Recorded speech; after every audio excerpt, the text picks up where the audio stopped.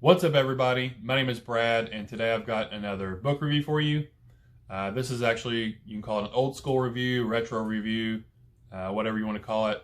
But today I'm going to be talking about The Winter People by Jennifer McMahon. This is a book I read back in, I want to say, spring of last year, 2019. But this was back before I was doing booktube and making videos and reviews and things. But since it's Women in Horror Month, I wanted to put up a review for it. So I'm going to go ahead and read the synopsis real quick and then give you my thoughts and everything about what I remember liking and not liking about the book. So this one is: West Hall, Vermont has always been a town of strange disappearances and old legends. The most mysterious is that of Sarah Harrison Shea, who, in 1908, was found dead in the field behind her house just months after the tragic death of her daughter. Now in present day, 19-year-old Ruthie lives in Sarah's farmhouse with her mother Alice and her younger sister. Alice has always insisted that they live off the grid, a decision that has weighty consequences when Ruthie wakes one morning to find that Alice has vanished. In her search for clues, she is startled to find a copy of Sarah Harrison Shea's diary hidden beneath the floorboards of her mother's bedroom. As Ruthie gets sucked into the historical mystery, she discovers that she's not the only person looking for someone that they've lost, but she may be the only one who can stop history from repeating itself. So like I said, I read this one back in spring of last year. So just what I can remember about it, I remember it's sort of split into two different parts.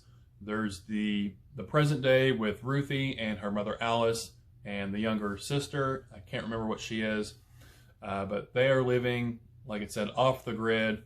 The dad is not around anymore. I believe the dad has passed away, but they're sort of self-sufficient. They farm and have chickens, get their own eggs. They live off the land. They don't really go into town all that often.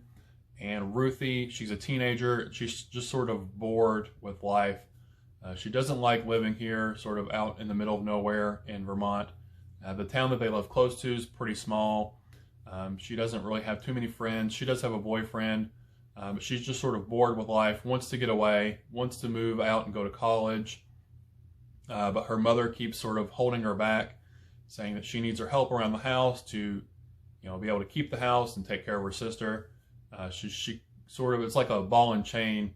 She feels like she's trapped here. She can't get away because she wants to help out her mom and the little sister, but also she wants to be free and live her own life and get away from this sort of small town. She feels restricted living here. So that's sort of the present day. And the past, which these are the parts I like the most out of the book, was the past in 1908. And this is all revealed sort of through Sarah Harrison Shea's diary that Ruthie finds and reads along with her diary. But there's sort of different timelines in the past. There's the 1908 timeline when Sarah, she is sort of an adult. She's married. I believe her husband's name was Martin. She has a daughter of her own named Gertie. There's that time frame. And then in the diary it also speaks when she was a little bit younger, living in the same house that she lived in, and then in the present day that Ruthie and her family lives in. It talks about her father, her brother and sister, and her mom actually passed away. Sarah's mom passed away in childbirth. So they don't have a mother, but they sort of have a mother figure in a Native American lady. Her name is Auntie, is what they call her. I don't know if it ever actually says what her name is. But Auntie sort of lives in the woods behind Sarah's house at a place called the Devil's Hand, which is sort of this rocky outcropping that looks like a hand. And she is around. She helps them out in different ways. She also seems to have a relationship with Sarah's father. And she's sort of feared in town in a way, but people also come to her. They trade goods with her in exchange for medicinal services. She's sort of like a witch doctor or shaman, if you will. But people try to steer clear of her unless they are needing something from her. So there's that timeline. Then there's the 1908 when Sarah's a little bit older. And like I said, I really liked the past timelines the best. Those were interesting. in Sarah's diary, she writes that she sees what she calls the sleepers out in the woods, these sort of pale, white, gaunt figures lurking out in the woods. This book has very, very heavy Pet Sematary vibes. That was written by Stephen King. But in the past, people disappear. There's mysterious disappearances in the future as well. In Ruthie's timeline, kids go missing, people go missing, and no one really ever finds out what happened to them.